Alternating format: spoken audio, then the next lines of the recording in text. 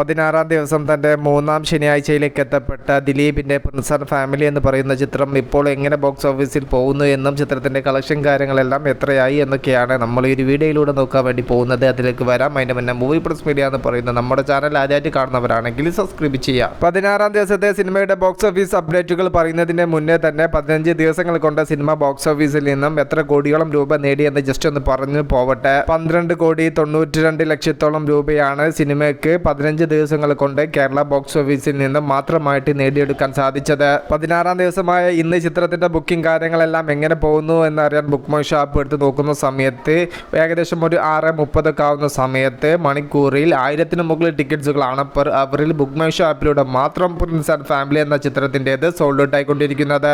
May 9-ാം തീയതി തിയേറ്ററിലെത്തിയ ദിലീപ് മൂവിയാണ് Prince and family എന്ന് പറയുന്ന ചിത്രം. ആ ഒരു ചിത്രത്തിന്റെ കൂടെ ക്ലാസ് റിലീസായിട്ട് ആ ഒരു ആഴ്ച പടക്കളം എന്ന് പറയുന്ന ചിത്രവും ആസിഫ് അലിയുടെ സർക്കിട്ട് എന്ന് പറയുന്ന ചിത്രവും ക്ലാസ് റിലീസായിട്ടുണ്ടായിരുന്നു. അതിനുശേഷം 15-ാം തീയതിയും 16-ാം തീയതിയും ഒക്കെ വേറെയും ഒട്ടനവധി ക്ലാസ് റിലീസുകൾ മലയാളത്തിൽ നിന്നും സംഭവിച്ചു. പിന്നീട് ഈ ആഴ്ചയും 22-ാം തീയതിയും 23-ാം തീയതിയൊക്കെ ആയിട്ട് വേറെയും ഒട്ടനവധി സിനിമകളാണ് തിയേറ്ററിൽ എത്തിയിരിക്കുന്നത്. ടൊവിനോ തോമസിന്റെ നരിവേട്ട, അതോടൊപ്പം തന്നെ ധ്യാൻ ശ്രീനിവാസൻ നായകനായിട്ട് ഡിറ്റക്റ്റീവ് ഉജ്വലൻ, ആ സിനിമകൾക്കെല്ലാം അഭിപ്രായം ഉണ്ടായിട്ട് പോലും ദിലീപിന്റെ പ്രിൻസ് ആൻഡ് ഫാമിലി എന്ന് പറയുന്ന ചിത്രത്തിന് ആ ഒരു ചിത്രങ്ങളോട് കൂടെ ബോക്സ് ഓഫീസിൽ പിടിച്ചു നിൽക്കാൻ പറ്റുന്നു എന്നുള്ളത് ശ്രദ്ധേയമായ കാര്യം തന്നെ. 16-ാം ദിവസമായ ഇന്ന് ശനിയാഴ്ച ഈ ഒരു ചിത്രം കേരള ബോക്സ് ഓഫീസിൽ നിന്നും 80 ലക്ഷം 1 കോടി റേഞ്ചിന്റെ ഇടയിലുള്ള ഒരു കളക്ഷനിലേക്ക് എത്തിപ്പിടിക്കുമെന്നാണ് ട്രാക്കേഴ്സ് ചിത്രത്തിന്റെ കളക്ഷനെ കുറിച്ച് അഭിപ്രായപ്പെട്ടിരിക്കുന്നത്. സിനിമ റിലീസായ ദിവസം മുതൽ ഇന്ന് വരെ സിനിമയ്ക്ക് നല്ല രീതിയിലുള്ള സ്റ്റഡി കളക്ഷൻ നിലനിർത്തി മുന്നോട്ട് പോകാൻ സാധിക്കുന്നു. അതുകൊണ്ട് തന്നെ